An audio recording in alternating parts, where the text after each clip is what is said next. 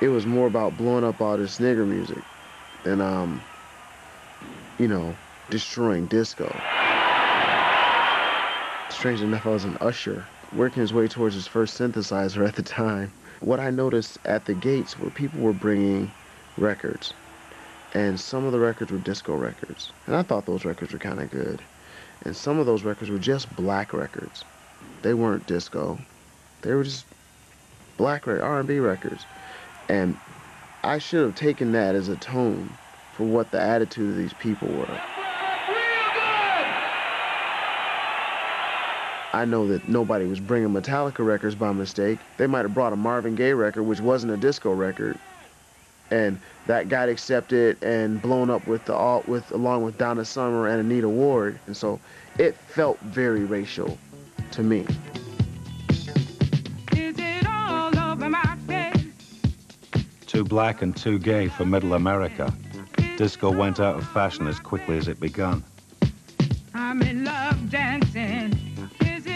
Radio stations switched to rock and pop. Record companies closed their dance labels. Steve really hurt the dance music business. I mean, back in the day during the disco era, it was amazing the amount of music we were getting and the popularity of disco music. And all of a sudden, we had such a backlash. I mean, it went from being able to work in the nightclub of your choice and having a huge crowd and making good money to basically not even being able to get a gig at that point.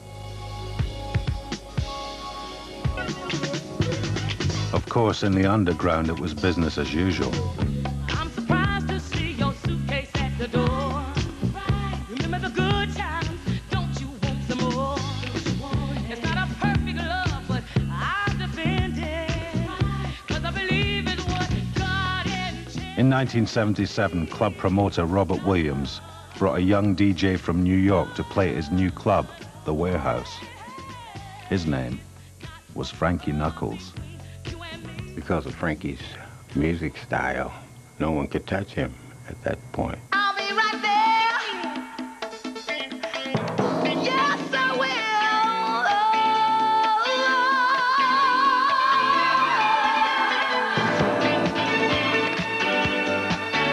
Going down to Frankie's Club, he had a certain mystique about himself and the music that nobody knew but him and a few others. Knuckles played the classics.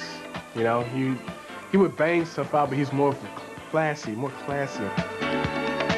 He played a lot of more underground things that were, you know, like loose joints. Is It All Over My Face? And I think Anita Ward Ring My Bell before it ever hit commercial. I mean, he was playing probably 3, 4, 5 months before it even came out. It was the only place in the city that you could go and hear this type of music. Yeah. He had totally cornered the market. That was the thing. That's how it started off, because there was nowhere else to go.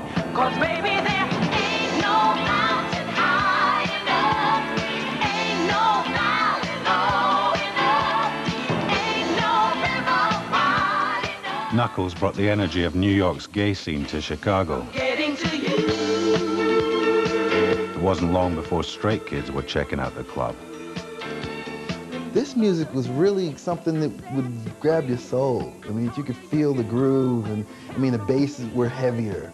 You know, the vocals were very soulful and uplifting, you know, and everything. So it was just, and for gay people especially, you know, they're very animated. This was just really, I mean, they would take this music to new heights. Like hands in the air and flailing, and they're on the walls, and they're jumping on top of speakers, and they're all from this end to the other, and I'm just like, wow, this is incredible. You had never seen, you knew that there were gay people around, you knew that they partied, but you had never seen like two guys kiss in front of you. The place was like this throbbing, hot, you know, mixtures of just body to body. And I mean, you know, yes, I remember it was, you know, all black people and mostly all black men. There were a few women, not very many, you know, but it was just a really cool place, and it made me feel at home. I think at that time it changed a lot of people's perception of stuff. I think that a lot of straight people found like it's okay, you could talk to somebody that's gay. When you look up and guys are kissing, you're like, well, they're not kissing me, so you know, I'm doing my thing. The Warehouse was a sensation in Chicago, but no one could have imagined that it was about to give its name to a whole new style of In music. Chicago, if you wanted to have the records, there was only one place to go, and that was Imports. This is where Imports was. People would come in and looking for warehouse music, and we would put, you know, as heard at the warehouse or as played at the warehouse. And then eventually we just shortened that down to, because people also just in the vernacular, they started saying, yeah, what's up with that house music? Now, at this time, they were talking about the old classics, the South Soul, the Philly classics and such. So we put on the labels for the bins, we'd say house music. And people would start coming in and eventually just asking, yeah, where's the new house music?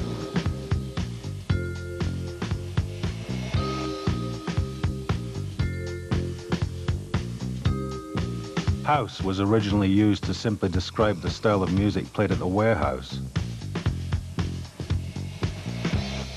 Primarily, it was a lot of the old disco records, and not the poppy type disco record. You know, it wasn't instant replay from Dan Hartman, but it was Scat Brothers' Walk the Night. And we used to just dig in the crates and find something that people forgot about and bring it back. With such a limited supply of old tunes, DJs became increasingly creative on the decks.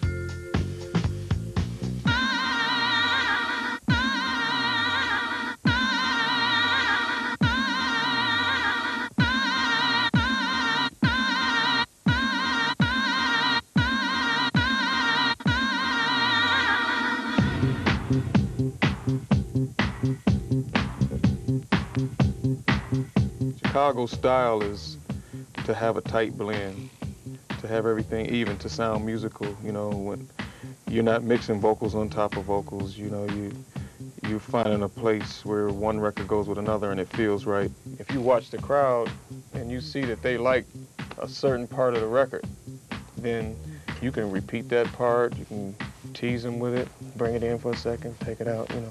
Like there's a part in here where it goes, but it doesn't come in till the end. So say I wanted to bring that part in, then I would, if I had it planned, I'll just show you how I would move to that section. Like right now it's on the beginning of the record.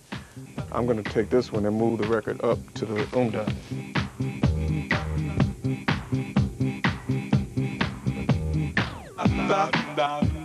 I might slam it, or I can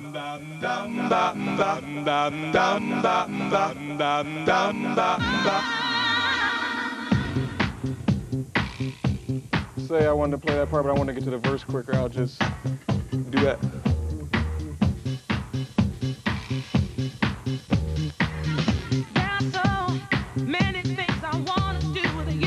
Basically, if I would just use the double copies to just be able to manipulate the record to whatever section I want to use, whatever I want to do. Like I may intend to play the whole record, but the crowd may not want to hear it.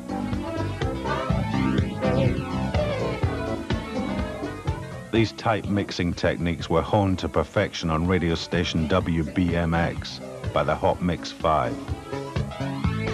Live on location from Chicago, this is the Hot Mix Dance Party with Scott Smokin' Seals. Well, the original Hot Mix 5 would be myself, Scott Smokin' Seals, Kenny Jammin' Jason, Farley Funkin' Keith, who is now Farley Jackmaster Funk. He had a change of name there. Mickey Mixon Oliver, and Ralphie. It was Ralphie Rock and Rosario back then. I think initially there actually would have been 6 of us, and one of the guys didn't show up that day. Poor Jeff Davis. Sorry, Jeff. It was just such a mystique to that whole show. You know, Saturday Night Live, ain't no jive. I remember that was what they used to say. If you went around the country and you listened to other DJs play, if you went to New York, or even some of the underground clubs here, you would have maybe a 7-minute record. They would play 6.5 minutes of the record, and then they would just segue out at the end. The Hot Mix 5, on the other hand, was different. They would play 1.5 minutes, 2 minutes of the record, take the best part out, play the break, repeat the break a couple times, and just give you the meat of the record that you wanted, and forget the rest of the garbage that was in there as filler. And that's what really, really made the Hot Mix 5 style. They were doing these mixes, sort of like what you were hearing at the club, but mixes on radio, and at that time, it was unique to me, and maybe unique to a lot of other people too. You know, as the show developed and, you know, we were trying to do more and more creative things, you know, you'd get out the razor blade and start cutting tape, you know, with reel-to-reels and stuff, and trying to make the stuff even more creative than it already was with 2 turntables and a mixer.